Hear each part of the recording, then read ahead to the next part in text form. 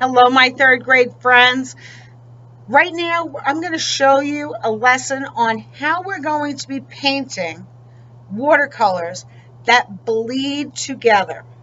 Now, we are going to use multiple colors in the same family, so warm colors or cool colors. Mixing the two, sometimes it's a little tricky unless you got yellow kind of in between, but let's just not even go there. Warm or cool. Today's lessons, I'm going to show you cool for now. Now, here's the catch. You're going to see this exact same video again later in the year. Why? Because we're doing the same technique again later in the year. So right now we are using this for a background for our birch trees. We're also going to be using this same video as a background for lighthouses later in the year. It's the same technique, it's just that cool. So right now you need to get your watercolors that were provided to you by the school. You need a cup of water. Okay? I don't think I even need this. Maybe. I have a wide brush and I have a little brush. I'm not sure I'm going to need the wide brush. I am also going to do a little bit of a cheat. I have a bottle of water, okay, that I'm going to spray because when we're working, we have to work quickly with the watercolors. And the last thing you need, salt. We're going to be using salt. So get your materials ready. I will be right back and we will get painting.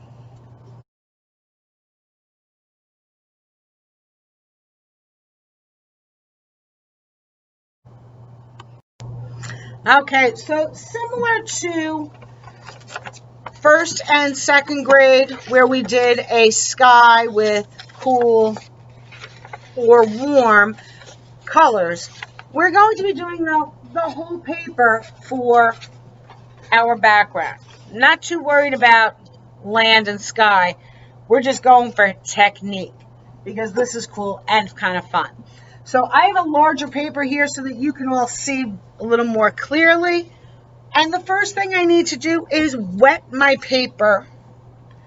I am using a watercolor paper. You may be using your notebook, your art book paper. In that case, you don't have to worry too much. You want it wet, but it's tricky because it's in a book. So you may want to cut the piece out so you have a separate piece of paper, not in the book, so everything in the whole book doesn't get wet. That would kind of stink. All right, so you can take your clean water, and we're gonna wet the paper a little. The next step is to add color. Now I've decided I'm going with cool colors. That's kind of how I'm feeling today. So I'm going to put some cool colors on there and I'm going to add water. And I have to work quick. I got some more cool color. Woo. Water. I got some blue. I got some purple. I need water. Water. Water, water, water. It has to stay wet. That's the catch. I got a cool effect happening here because I'm on the wall and it's kind of dripping down. That's going to change. My next step, I have salt packets. I also have salt. Either one, doesn't matter. It's salt. This has to be flat. I'm going to take a little bit. Don't fall.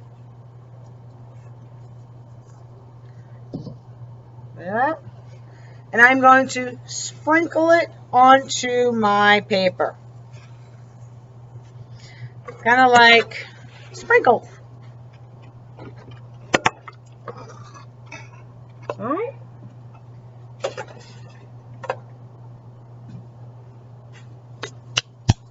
There we go.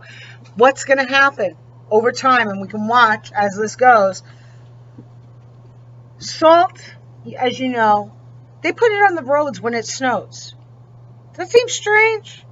Why do they put salt on the roads when it snows? I mean, it makes the road a little rougher. Maybe your tires can grip better. Maybe. That's what sand is for. The salt, though, what it does is it absorbs, like a sponge, all the moisture. So when that salt grain sucks up the water, it's melting the snow. So the roads are clear of the snow. What's happening here is the salt is absorbing the water. And wherever there is a grain of salt, there's more water. And as we know, when we paint, if we add more water to our paints, it gets lighter. So we can start to see what's happening here. If we look really close.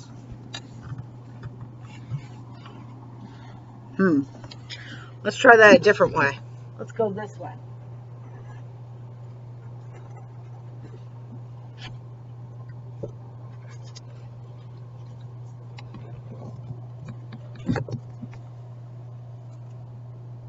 You'll start to see this speckly effect.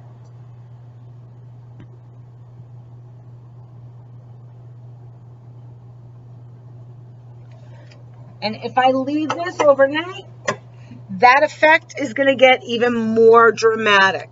So don't touch it. Leave it alone. Don't mess with it. The salt will do the work.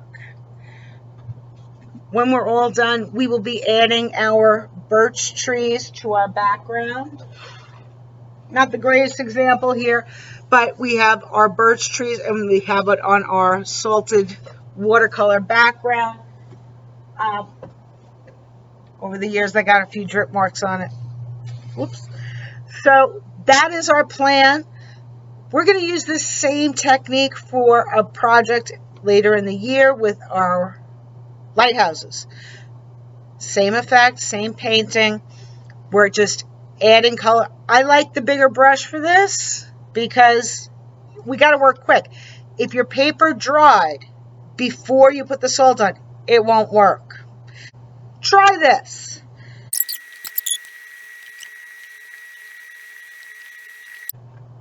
But you can see, look at the top.